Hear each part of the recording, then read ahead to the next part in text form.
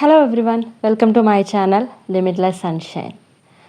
ഒരുപാട് നാൾക്ക് ശേഷമാണ് ഞാൻ ഈ തേർഡ് ട്രൈമസ്റ്റർ എക്സ്പീരിയൻസ് ഷെയർ ചെയ്യാൻ വരുന്നത്. I know it's too late, but what to do. Postpartum ഫേസാണ്, കുട്ടിയുമായിട്ട് ഒരുപാട് ബിസി ആയിപ്പോയി. മേ ബി ആരെങ്കിലും ഒരാൾ, അറ്റ്ലീസ്റ്റ് വൺ പേഴ്സൺ എൻ്റെ first trimester second trimester experience കേട്ടിട്ട് ഈ ഒരു എക്സ്പീരിയൻസ് ഇട്ടിട്ടില്ലല്ലോ എന്നാലോചിച്ചാലോ എന്ന് കരുതി, for that person I'm making this video.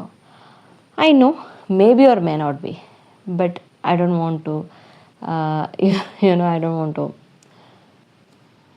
I don't want to disappoint that person. So ഒരുപാട് നാൾക്ക് ശേഷം പറയുന്നതുകൊണ്ട് കുറച്ച് ഒരു കണ്ടിന്യൂറ്റി ചിലപ്പോൾ കുറഞ്ഞെന്ന് വരാം, കുറച്ച് പ്രോബ്ലംസ് ഉണ്ടായെന്ന് വരാം. ആൻഡ് പോസ്റ്റ്പാർട്ടമാണ്, മെമ്മറി ലോസ് ഭയങ്കരമായിട്ടുണ്ട്. ഒരു കാര്യം റിട്ടൈൻ ചെയ്ത് പറയാൻ പറ്റുന്നില്ല. Obviously you all will know how it is going to affect you. So I will start talking about my third trimester experience. First of all, belly growth. ഈ ഒരു third ട്രൈമസ്റ്ററിൽ ഏറ്റവും കൂടുതൽ നമ്മളെ അഫക്റ്റ് ചെയ്യാൻ പോകുന്ന കാര്യം ബെല്ലി ഗ്രോത്ത് ആണ്. എനിക്ക് എൻ്റെ ഫസ്റ്റ് ട്രൈമസ്റ്റർ സ്റ്റാർട്ട് ചെയ്ത സമയത്ത് അങ്ങനെ ഒരുപാട് ബെല്ലിയൊന്നും ഉണ്ടായിരുന്നില്ല. എന്നാൽ അതേ ടൈമിൽ തന്നെ എൻ്റെ കൂടെ വർക്ക് ചെയ്യുന്ന ഒരു കൊളീഗിന് ആവശ്യത്തിൽ കൂടുതൽ ബെല്ലിയുണ്ട്. And she is 1 month behind me. അപ്പോൾ എനിക്ക് തോന്നി, ഈശ്വര, എൻ്റെ വയറ്റിൽ കുഞ്ഞൊന്നുമില്ലേ, കുഞ്ഞുണ്ടോ? നമുക്കിങ്ങനെ കുറേ കൺഫ്യൂഷൻസ് ഉണ്ടാവും. അല്ലെങ്കിൽ ആൻസൈറ്റി നമ്മുടെ ഒരു കൂടെയുള്ള സംഭവമാണല്ലോ. അതുകൊണ്ട് എനിക്കും തോന്നി, ഇതെന്താ ഈ സംഭവം എന്ന രീതിക്ക്. എനിക്കെന്താ ബെല്ലി ഇല്ലാത്ത, എനിക്കെന്താ ബെല്ലി കുറവ്, ഇല്ലാത്തതെന്നല്ല ബട്ട് കുറവ്, കമ്പയറിംഗ്ലി കുറവ്. അങ്ങനെ ഞാൻ എൻ്റെ പരിചയമുള്ള ആൾക്കാരോടൊക്കെ ചോദിച്ചപ്പോൾ പറഞ്ഞു, ഓക്കെ, എല്ലാവർക്കും ഇതുപോലെ വരണം എന്നില്ല, കുറവായിരിക്കും എന്നൊക്കെ. അങ്ങനെ അതുപോലെ ആയിരിക്കും എന്നൊക്കെ കരുതി, മേ ബി ഞാൻ പറഞ്ഞ സങ്കടം കേട്ടിട്ടാണെന്ന് കുട്ടി എന്നാൽ പിന്നെ കുറച്ചങ്ങ് വലുതാകാമെന്ന് വിചാരിച്ചു. വിത്തിൻ 1 or 2 weeks അതിങ്ങനെ വളരാൻ തുടങ്ങി. പിന്നെ വളരെ ബുദ്ധിമുട്ടാണ്, കാരണം ബെല്ലി അത്രയും വളരും തോറും നമുക്ക് ശ്വാസം എടുക്കാൻ പോലും പറ്റത്തില്ല. ശ്വാസം എടുക്കുമ്പോൾ അതിൻ്റെയൊക്കെ ഒരു ബുദ്ധിമുട്ട് തോന്നും.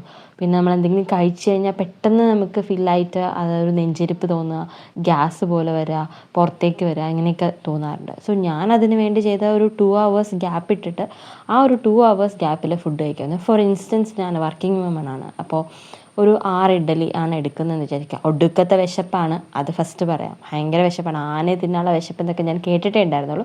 അത് ഞാൻ ശരിക്കും പറഞ്ഞത് എൻ്റെ പ്രഗ്നൻസിയുടെ തേർഡ് ട്രൈമസ്റ്റർ ആൻഡ് പോസ്റ്റ്പാർട്ടം പീരീഡിലാണ്. അങ്ങനെ ആ ഒരു 6 ഇഡ്ഡലി ഞാൻ എടുത്തിട്ട് പോവുകയാണെന്ന് കൺസിഡർ ചെയ്യുക. അതിൻ്റെ ഒരു 3 ഇഡ്ഡലി ഒരു 9 o'clock കഴിച്ചാൽ ഒരു 2 hours ഗ്യാപ്പിൽ 10:30, 11 o'clock ഒക്കെ വീണ്ടും 3 ഇഡ്ഡലി കഴിക്കും. അപ്പോൾ നമുക്ക് ഇതൊന്ന് അവോയ്ഡ് ചെയ്യാൻ പറ്റും. നമുക്ക് ആ ഒരു വിശപ്പിൻ്റെ ഒരു പ്രോബ്ലം അവോയ്ഡ് ചെയ്യാൻ പറ്റും. അതേപോലെ ഈ പുറത്തോട്ട് വരാൻ തോന്നുന്ന ഒരു സ്ഥലമില്ല ഉള്ള ഫീലിംഗ് ഇല്ലേ, അതും കുറഞ്ഞു കിട്ടും. അപ്പോൾ ഇതൊരു കോൺട്രാഡിക്ടറി ഫാക്റ്റാണ്. നമുക്ക് സ്ഥലം ഇല്ലാന്ന് തോന്നും, പക്ഷെ നമുക്ക് നല്ല വിശപ്പുണ്ടായിരിക്കും, കാരണം അകത്തുനിന്ന് ഒരാളെല്ലാം കഴിക്കുന്നുണ്ട്. ഇതാണ് ബെല്ലി ഗ്രോത്താണ് എൻ്റെ ഏറ്റവും ഇമ്പോർട്ടൻ്റ് ആയിട്ടുള്ള കാര്യം. പിന്നെ ഉള്ളത് ബേബിയുടെ മൂമെൻറ്റ്സ്. ബേബിയുടെ മൂമെൻറ്റ്സ് എന്ന് പറയുമ്പോൾ അത് കൂടി വരും. എനിക്കൊക്കെ നല്ല ചവിട്ടാണ് കിട്ടുക. ഇപ്പം എനിക്ക് മനസ്സിലാവുന്നുണ്ട്, okay, he is very active. അതുകൊണ്ടാണ് ഈ ചവിട്ടൊക്കെ. അവിടെ കിടന്ന് തന്നെ അവിടെ ഗുസ്തിയും ബഹളവും കൈയും കാലും ഇട്ട് ഉള്ള പരിപാടിയൊക്കെ ഉണ്ടായിരുന്നു. അതുകൊണ്ടാണ് ഇവിടെ വന്നപ്പോഴും അത് കണ്ടിന്യൂ ചെയ്യുന്നുണ്ട്. സോ ഒരുപാട് ബേബി മൂമെൻറ്റ്സ് എക്സ്പെക്റ്റ് ചെയ്യാം. എൻ്റെ ഒരു കേസിൽ ഇതിൻ്റെ പൊസിഷൻ, പ്ലാസൻ്റയുടെ പൊസിഷൻ പറഞ്ഞിട്ട് ബേബി മൂമെൻറ്റ്സ് കുറവായിരിക്കും എന്നാണ് ഞാൻ വിചാരിച്ചത്. പക്ഷേ അങ്ങനെയൊന്നും ഉണ്ടായില്ല. ബേബി മൂമെൻറ്റ്സ് നല്ലപോലെ ഉണ്ടായിരുന്നു. അപ്പോൾ അത് ഓരോ ആൾക്കാരെ കൺസിഡർ ചെയ്തിരിക്കും. ബേബി മൂമെൻറ്റ്സ് നമ്മൾ കൗണ്ട് ചെയ്ത് തുടങ്ങണം. ഈ ആക്റ്റീവൊക്കെ ആവുന്ന സമയത്ത് കൗണ്ട് ചെയ്ത് തുടങ്ങിയിട്ട് അത് കൗണ്ട് ചെയ്ത് ആ ഒരു ലാസ്റ്റ് സ്റ്റേജ് ആകുമ്പോൾ അത് കുറഞ്ഞു വരും. അപ്പോൾ അതിന് എന്തെങ്കിലും വ്യത്യാസം വരുന്നെങ്കിൽ അതൊക്കെ നമ്മൾ ഡോക്ടറിനോട് പറയണം, നമ്മൾ ഡോക്ടറെ മീറ്റ് ചെയ്യാൻ പോകണം. അപ്പോൾ അതൊക്കെ ബേബിയുടെ മൂമെൻറ്റ്സ് ഭയങ്കര ഇമ്പോർട്ടൻ്റ് ആണ്. ഇപ്പോൾ കൗണ്ട് ചെയ്യാൻ എങ്ങനെയെന്ന് എനിക്ക് ഒരുപാട് ഡൗട്ട് ഉണ്ടായിരുന്നു. അതിന് കുറച്ച് ആപ്പൊക്കെ ഉണ്ട്, പക്ഷെ ഞാനങ്ങനെ ആപ്പൊന്നും യൂസ് ചെയ്തില്ല, കാരണം അത്രയ്ക്ക് ആക്റ്റീവ് ആയിരുന്നു. നമ്മൾ ഒരു തവണ കൗണ്ട് ചെയ്യാതിരിക്കുന്ന സമയത്ത്, ഇപ്പോൾ രാവിലെ ഫുഡ് കഴിച്ചിട്ട് ഒന്ന് കൗണ്ട് ചെയ്യുക, ആ കൗണ്ട് ചെയ്യുക ഒരു 1 hour കഴിയുമ്പോൾ, ആ കൗണ്ട് ചെയ്യുന്ന സമയത്ത് നമ്മളെ കുട്ടി ഒരു 1 hourൽ ഒരു 10 കിക്സ് എങ്കിലും തരണം. അത് എനിക്ക് 1 minute തന്നെ കിട്ടുന്നുണ്ടല്ലോ. അപ്പോൾ പിന്നെ വലിയ കൺഫ്യൂഷൻ ഒന്നും ഇല്ലായിരുന്നു. ഇങ്ങനെ രാവിലെ, ഉച്ചയ്ക്ക്, വൈകുന്നേരമൊക്കെ നമ്മൾ ആഹാരം കഴിച്ച ശേഷം ഒന്ന് നോക്കുക, ഒന്ന് കിടക്കുമ്പോൾ നോക്കുക, അങ്ങനെയൊക്കെ ഒന്ന് നോക്കുമ്പോഴത്തേക്കും ഓക്കെ ആയിരിക്കും. അപ്പോൾ എനിക്ക് ഭയങ്കര ആക്റ്റീവ് ആയതുകൊണ്ട് എനിക്ക് കൗണ്ട് ചെയ്യാൻ ബുദ്ധിമുട്ടില്ലായിരുന്നു. But if your baby is not that active, ചിലപ്പോൾ പാവം കുട്ടിയാണെങ്കിലോ. അപ്പോൾ ആ ഒരു കേസിൽ നമുക്ക് കൗണ്ട് ചെയ്യുന്നത് ഇമ്പോർട്ടൻ്റ് ആണ്. പിന്നെ പറയാനുള്ളത് സ്വെല്ലിങ്. അയ്യോ, ഓർമ്മപ്പെടുത്താൻ പാടില്ലാത്തൊരു കാര്യമാണ്. കാലൊന്നും നോക്കാൻ തോന്നില്ല. നമുക്ക് നമ്മുടെ കാലൊക്കെ ഉള്ളൊരു ഷേപ്പൊക്കെ മാറി ഭയങ്കരമായിട്ട് ഇങ്ങനെ കാല് പെരുത്ത് വരും. എനിക്കത് ഉള്ളതിൽ കുറവായിരിക്കാം. ബാക്കിയുള്ളവരുടെ കേസൊക്കെ നോക്കുമ്പോൾ എൻ്റെ ഞാൻ പറഞ്ഞിട്ടുണ്ടല്ലോ ആ കൊളീഗിനൊക്കെ ഒരുപാടുണ്ടായിരുന്നു ആ പ്രോബ്ലം. എനിക്ക് കുറച്ചൊരു ബെറ്റർ ആയിരുന്നു. പക്ഷെ എന്നാലും അത് ലാസ്റ്റ് സ്റ്റേജ് ആകുന്തോറും അതിങ്ങനെ കാലിങ്ങനെ നമുക്ക് താഴെ തൂക്കിയിട്ടിരിക്കുമ്പോഴോ അല്ലെങ്കിൽ നമുക്ക് ഒരുപാട് നേരം നടക്കുമ്പോഴോ അങ്ങനെയൊക്കെയുള്ള സമയത്ത് ഈ കാലിങ്ങനെ നല്ലപോലെ വണ്ണം വെച്ച് വരും കാലിൻ്റെ താഴേക്ക്. അത് നമുക്ക് അവസാനം നമുക്ക് എല്ലാ ഒരു ചോദ്യം ആണല്ലോ, ഇപ്പോൾ ആൻസൈറ്റി ആണല്ലോ. അപ്പോൾ അതെന്താണെന്ന് വെച്ചാൽ ഇതൊക്കെ മാറുമോ, നമ്മളിനി തിരിച്ച് ബാക്ക് ടു പൊസിഷൻ, അതായത് ബാക്ക് ടു നോർമൽ എത്തുമോ എന്നുള്ളത് നമുക്കൊരു കൺഫ്യൂഷൻ ആയിരിക്കാം. പക്ഷെ ശരിയായിക്കോളും. വിത്ത് അനുഭവം പറയുകയാണ്. അപ്പോൾ വരുന്നതൊക്കെ പിന്നെ പോകാറുണ്ട്. വേത് വെള്ളമൊക്കെ പിടിക്കുമ്പോൾ അതങ്ങനെ മാറിക്കിട്ടാറുണ്ട്. അപ്പോൾ അതാണ് അടുത്ത പ്രശ്നം. ഈ ഒരു സ്വെല്ലിങ്ങൊക്കെ വരുന്ന അതിൻ്റെയൊക്കെ റീസൺ തന്നെ കാലിന് ഒരുപാട് ഇഷ്യൂസ് ഉണ്ടാവും. മസിലൊക്കെ കയറാറുണ്ട്, ക്രാംസ് വരാറുണ്ട്. ക്രാംസ് വരാൻ മീൻസ് നമ്മൾ ഈ ഉറങ്ങിക്കിടക്കുന്ന സമയത്ത് അല്ലെങ്കിൽ അല്ലാത്തൊരു സിറ്റുവേഷനിൽ പെട്ടെന്ന് ഇങ്ങനെ മസിൽ പിടിച്ചിട്ട് കാലൊന്നും അനക്കാൻ പറ്റാത്ത സിറ്റുവേഷൻ ഉണ്ട്. അപ്പോൾ ആരെങ്കിലും കൂടെ ഉണ്ടെങ്കിൽ പറഞ്ഞൊന്ന് ജസ്റ്റ് ഒന്ന് മസാജ് ചെയ്യുമ്പോഴത്തേക്ക് അത് ശരിയായിക്കോളും. അല്ലെങ്കിൽ സ്വന്തമായിട്ട് തന്നെ ഒന്ന് മസാജ് ചെയ്യുക, ഒന്ന് കാലൊക്കൊന്നും ഇങ്ങനെ സ്ട്രെച്ച് ചെയ്തില്ലേ മൂവ് ചെയ്യുമ്പോഴത്തേക്കും നമുക്കത് ഓക്കെ ആയിട്ട് ഫീൽ ചെയ്യാൻ ചാൻസ് ഉണ്ട്.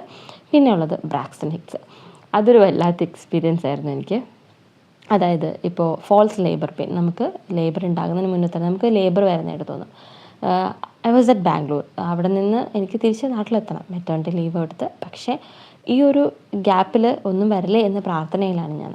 കാരണം ഒരുപാട് പേർക്ക് ഇപ്പോൾ നേരത്തെയൊക്കെ നടക്കുന്നുണ്ട്, ഒരുപാട് പേർക്ക് മുന്നേ കൂട്ടിയൊക്കെ കുട്ടി വരാറുണ്ട്. സോ ആ സിറ്റുവേഷനിൽ ഞാനിങ്ങനെ ഓരോ പെയിന് വരുമ്പോൾ ഇതാണോ അപ്പോൾ ഒരു ദിവസം എനിക്ക് ഭയങ്കര പെയിന്, സഹിക്കാൻ പറ്റാത്ത പെയിന്, അതുപോലെ ഭയങ്കര ഒരു കോൺട്രാക്ഷൻ ഫീലിങ്, എന്തൊക്കെയൊക്കെ തോന്നുന്നു, ഉരുളുന്ന് തോന്നുന്നു, എന്തൊക്കെ തോന്നുന്നു അറിയില്ല. ടോയ്ലറ്റിൽ പോകുന്നില്ല, അങ്ങനെ ആകെ ഒരു ഡൗട്ട്. എന്താ പറയുക, നമുക്ക് പലപ്പോഴും ഇങ്ങനത്തെ സിറ്റുവേഷൻ വരും, പക്ഷെ അതാകണം എന്നില്ല. സോ നമ്മുടെ ഇത് ശരിക്കുള്ള ലേബർ പെയിൻ ആണെങ്കിൽ അതിങ്ങനെ വിട്ട് വീണ്ടും വന്നുകൊണ്ടിരിക്കും. ഇതിപ്പോൾ നമ്മൾ സാധാ വെള്ളം കുടിക്കുക, ഒന്ന് റെസ്റ്റ് ചെയ്യുകയോ ചെയ്താൽ ചിലപ്പോൾ നമുക്ക് മാറും. അത് നമ്മൾ കോൺസ്റ്റിപ്പേഷൻ അങ്ങനെ ഒരുപാട് പ്രശ്നം നമ്മൾ ഇതിൻ്റെ ഭാഗമായിട്ട് വരുന്നുണ്ടല്ലോ. അപ്പോൾ അതിൻ്റെ ഭാഗമായിട്ടാണ് ഈ ഒരു പെയിനും തോന്നുന്നത്. ഇത് ഫോൾസ് പെയിനാണ്. അപ്പോൾ ഇതൊന്നും കണ്ട് നമ്മൾ പേടിക്കണ്ട, കാരണം അതിനും വലുത് വരാനുണ്ട്. അങ്ങനെ പറയാം. Okay, next is shortness of breath and fatigue. ക്ഷീണം ഉണ്ടായിരിക്കും. അത്രയും വലിയൊരു കാര്യമാണ് നമ്മൾ ചെയ്യുന്നത്. അത്രയും വലിയ ഒരു വെയിറ്റ് ക്യാരി ചെയ്യുന്നുണ്ട്, ഒരു കുട്ടീനെ വളർത്തുന്നുണ്ട് ഉള്ളിൽ. സോ അതിൻ്റേതായ ക്ഷീണം നമ്മളുണ്ടാകും. നമ്മൾ എത്ര കഴിച്ചാലും നമ്മൾ എന്തൊക്കെ ചെയ്താലും അതിനുള്ള ക്ഷീണം ഉണ്ടായിരിക്കും. പിന്നെ ഉണ്ടാവുകയെന്ന് വെച്ചാൽ ഈ വയറ് വലുതായതുകൊണ്ട് നമുക്ക് ശ്വാസം കിട്ടുന്നതും വളരെ കുറവായിരിക്കും. നമുക്ക് ചില സമയങ്ങളിൽ ശ്വാസം കിട്ടുന്നില്ല, ഒരു സൈഡ് ചെരിഞ്ഞിറക്കുമ്പോൾ ഇങ്ങനെ ചെരിഞ്ഞിറക്കുമ്പോൾ ശ്വാസം കിട്ടുന്നില്ല, അങ്ങനെയുള്ള പല ബുദ്ധിമുട്ടുകൾ നമുക്ക് തോന്നാനുള്ള സാധ്യതയുണ്ട്. ഇതിൻ്റെ ഭാഗമായിട്ട് ഞാൻ പറഞ്ഞ പോലെ ബാക്ക് പെയിൻ, പിന്നെ കാലിൽ ക്രാംസ് വരിക, പിന്നെ ബ്രസ്റ്റിൽ ചേഞ്ചസ് വരിക, സ്ലീപ്പ് ശരിയാകാതിരിക്കുക, നമുക്ക് ഉറങ്ങാൻ പറ്റില്ല. എനിക്കൊക്കെ ലാസ്റ്റൊക്കെ ആയപ്പോഴത്തേക്കും ഈ ചൊറിച്ചിൽ വരുമായിരുന്നു. അതിപ്പം നമ്മുടെ നാട്ടിലൊക്കെ പല ഒരു രീതിക്ക് പറയാറുണ്ട്, കുട്ടിക്ക് മുടി കൂടുതലാണെങ്കിൽ ചൊറിച്ചിൽ വരുന്നതൊക്കെ. എൻ്റെ കുട്ടിക്ക് അങ്ങനെ മുടിയൊന്നും കൂടിയില്ല, പക്ഷെ എന്തായാലും ചൊറിച്ചിലുണ്ടായിരുന്നു. വയറിൻ്റെ ഭാഗത്ത് ഡ്രൈ ആകുന്നതുകൊണ്ടായിരിക്കും ചൊറിഞ്ഞിട്ട് എനിക്ക് ഉറങ്ങാൻ പറ്റില്ലായിരുന്നു. ചില സമയത്തേക്ക് അത് ശരിക്കും ഇച്ചിങ് വന്നാലും ചൊറിയാൻ പാടില്ല. ബിക്കോസ് ചൊറിഞ്ഞ് കഴിഞ്ഞാൽ അതിങ്ങനെ സ്ക്രാച്ച് പോലെ ഇങ്ങനെ നിൽക്കാൻ ചാൻസ് ഉണ്ട്, അത് പോവില്ല ചിലപ്പോൾ നമുക്ക്. സോ അതുകൊണ്ട് always better leave it like that. Maximum control your self. ഞാൻ എന്നെ തന്നെ ഞാൻ ഇത് തന്നെയാണ് പറഞ്ഞുകൊണ്ടിരുന്നത്. എന്നിട്ട് എന്തെങ്കിലും എണ്ണയൊക്കെ തേക്കുകയോ ഒന്ന് വയറ് പോയി കഴുകുകയൊക്കെ ചെയ്തിട്ട് അങ്ങനെയൊക്കെ തള്ളി നീക്കി ഒരുപാട് രാത്രികളുണ്ട്. ഒന്ന് പുറത്ത് പാടോ എന്ന് പറഞ്ഞ ദിവസങ്ങൾ വരെയുണ്ട്. So it's A very challenging period of your life. ഈ ഉള്ള ട്രൈമസ്റ്ററിൽ ഏറ്റവും ഡിഫിക്കൾട്ടായിട്ടുള്ള കാര്യം തന്നെയാണ് ആ ട്രൈമസ്റ്റർ. ആ കിക്സ് കിട്ടുമ്പോൾ ഉള്ളൊരു സന്തോഷമുണ്ട്, എന്നാൽ ഇതൊക്കെ നടക്കുമ്പോൾ സങ്കടമുണ്ട്. So it's a mixed time.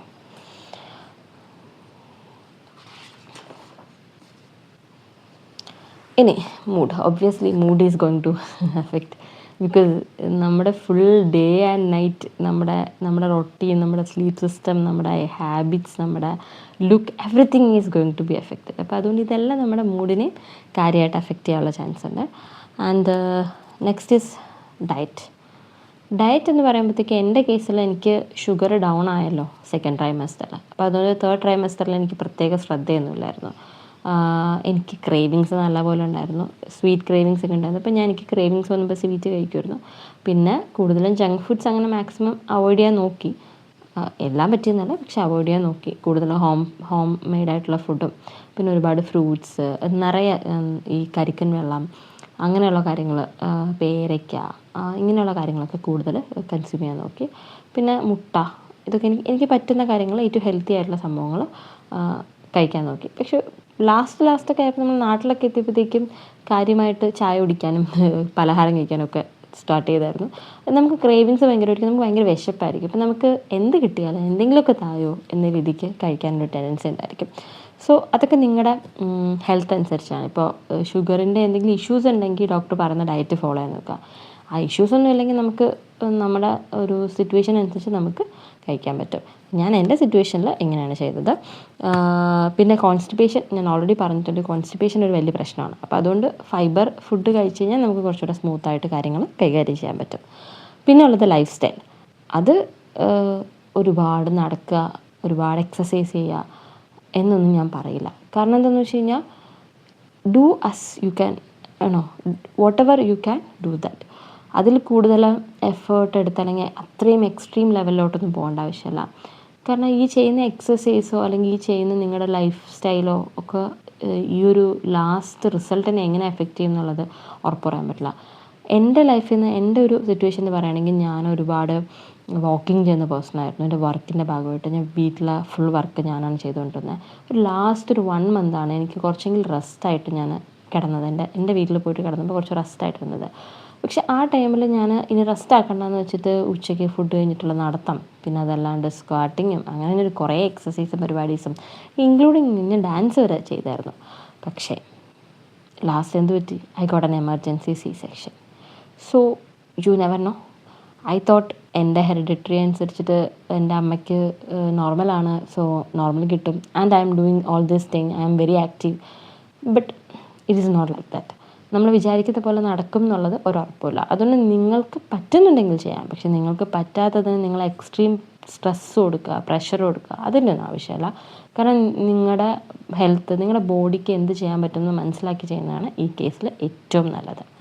Okay. പിന്നെ ഏറ്റവും ഹാപ്പിയസ്റ്റ് ആയിട്ടുള്ള കാര്യം, നിങ്ങൾക്ക് സംസാരിക്കാൻ കൂടെ തന്നെ ഒരാൾ കൂടെ ഉണ്ടെന്നുള്ള. ഞാൻ എപ്പോഴും സംസാരിക്കുകയാണ്. You talk to your baby, അപ്പോഴേ ഒരു ബോണ്ട് ക്രിയേറ്റ് ചെയ്യാം. നിങ്ങൾക്ക് ഉള്ള തോട്ട്സും ഒക്കെ പറയാം. ഹാപ്പി ആയിട്ടിരിക്കുക. Always stay smiling. പിന്നെ ഇനി പറയുകയാണെങ്കിൽ ഡോക്ടർ റിലേറ്റഡ് കാര്യങ്ങൾ പറയുകയാണെങ്കിൽ, ഡോക്ടർ വിസിറ്റ് പോകണം. ഒരു എവറി 2 വീക്സ് ഒക്കെ ആയിരിക്കും പറയുക. അത് ഡോക്ടർ പറയും. ഓരോ ഡോക്ടേഴ്സും പറയുന്നതനുസരിച്ച് ചെയ്താൽ മതി. ഞാൻ ആദ്യം 3rd ട്രൈമസ്റ്ററിൻ്റെ സ്റ്റാർട്ടിങ്ങിൽ ഓരോ മന്തിൽ ഓരോ ദിവസം പോയിക്കൊണ്ടിരുന്നു. പിന്നെ ഡോക്ടർ തന്നെ പറഞ്ഞു എവറി 2 വീക്സ് വരാൻ. പിന്നെ ഡോക്ടർ പറഞ്ഞ അയണിൻ്റെ കാൽഷ്യമൊക്കെ ഗുളികയൊക്കെ കഴിച്ചുകൊണ്ട് തന്നെയാണ് ഇരുന്നത്. പിന്നെ അതിനുശേഷം നമ്മൾ നാട്ടിൽ വന്ന ശേഷം ഗ്രോത്ത് സ്കാൻ ഉണ്ടായിരുന്നു. ഗ്രോത്ത് സ്കാൻ എടുത്തിട്ട് ഡോക്ടർ പറഞ്ഞതനുസരിച്ച് PV ചെയ്തു. PV ഇത്തിരി സ്ട്രെസ്ഫുള്ളാണ്. പക്ഷെ നിങ്ങൾ ഒരു ഡോക്ടർ, നല്ലൊരു ഡോക്ടർ ചൂസ് ചെയ്യുകയാണ്, ഇത്തിരി ഹെൽപ്ഫുൾ അല്ലെങ്കിൽ ഇത്തിരി ഫ്രണ്ട്ലി ആയിട്ടുള്ള ഡോക്ടർ ചൂസ് ചെയ്യുകയാണെങ്കിൽ നിങ്ങൾക്കത് സ്മൂത്ത്ലി കഴിയാവുന്ന പ്രോസസ്സ് തന്നെയാണ്. പിന്നെ ബാക്കി ഈ ഒരു 3rd ട്രൈമസ്റ്ററിൽ ഞാൻ ഒരുപാട് ഡോക്ടർ റിലേറ്റഡ് കാര്യങ്ങൾ പറയുന്നില്ല. കാരണം it depends on your situation.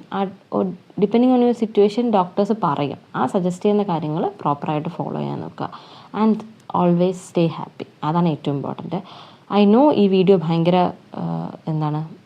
Very simple, അത്ര ബേസിക് കാര്യങ്ങൾ പറഞ്ഞു. And it's not smooth. Sorry being a postpartum mom. So I know it's very plain. ഈ വീഡിയോ വളരെ പ്ലെയിൻ ആണ്. I'm sorry for that. Thank you for watching my video. I will come with another video as soon as possible.